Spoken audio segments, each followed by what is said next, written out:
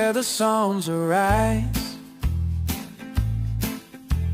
in every heart reflects in... Shalom, enfants bien-aimés de Dieu. Aujourd'hui, nous allons découvrir les secrets de l'heure de minuit, un moment d'immense pouvoir spirituel. Beaucoup ressentent de la lourdeur, font des cauchemars ou subissent des revers entre minuit et 3 heures du matin. Ce n'est pas un hasard, c'est une porte spirituelle stratégique. Pendant ces heures, l'activité de l'obscurité et l'activité divine atteignent leur sommet. L'ennemi attaque, mais Dieu agit aussi puissamment. La Bible montre minuit comme un temps de percée. Paul et Silas ont été libérés, et l'arrivée de l'époux a été annoncée. Minuit marque une transition, où les destins peuvent être altérés, et les bénédictions volées ou sécurisées. L'ennemi sème l'ivraie pendant que nous dormons, mais le croyant vigilant monte la garde, légiférant les verdicts divins et annulant les missions démoniaques.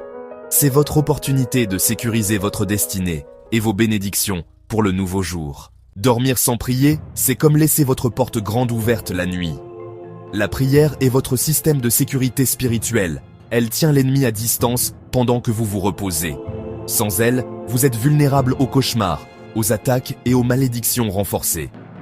Beaucoup se réveillent anxieux ou épuisés, souvent le résultat de batailles spirituelles perdues pendant le sommeil. Mais Dieu vous donne l'autorité de commander votre nuit et votre matin. En priant, vous devenez une sentinelle, assurant que seule la volonté de Dieu prévaut. Ne laissez pas la fatigue vous voler, couvrez votre nuit de prière et sécurisez votre destinée. Dieu nous équipe d'armes spirituelles puissantes, sa parole. Utilisez le psaume 35 pour l'intervention de Dieu contre les ennemis cachés, le psaume 109 pour le jugement divin, et le psaume 91 pour la protection. Récitez-les avant de dormir, pour envoyer des anges, déclarer la justice et construire un bouclier autour de votre vie. Outre la prière, utilisez des outils de foi, une bougie allumée pour symboliser la lumière du Christ, de l'huile d'onction pour la consécration et de l'encens pour représenter les prières montantes au ciel.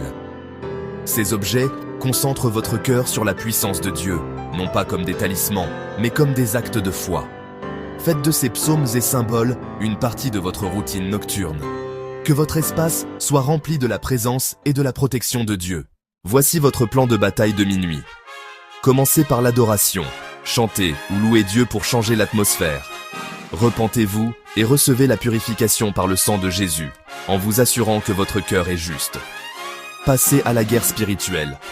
Lisez les psaumes 35 et 109 à voix haute, puis déclarez la victoire sur chaque attaque au nom de Jésus. Faites des déclarations audacieuses. J'annule tout mauvais rêve. Ma nuit est sécurisée en Christ.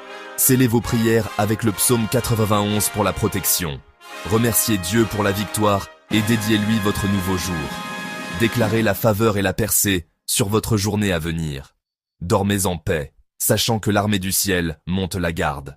D'innombrables vies ont été transformées en couvrant la nuit de prière. Les cauchemars ont cessé, les percées sont venues, les destins ont changé. La constance est essentielle. Même une prière courte et pleine de foi est puissante. Faites de la prière nocturne un mode de vie et enseignez-le à votre famille. En priant, Dieu vous révélera des secrets, vous avertira du danger et vous fortifiera. La nuit devient un temps de communion, pas de peur. Scellons ceci par la prière. Père, au nom de Jésus, je me couvre, moi et ma maison, de ton sang. Aucune arme forgée contre moi ne prospérera. Je commande aux anges de me garder. Je déclare la paix et la victoire. Amen.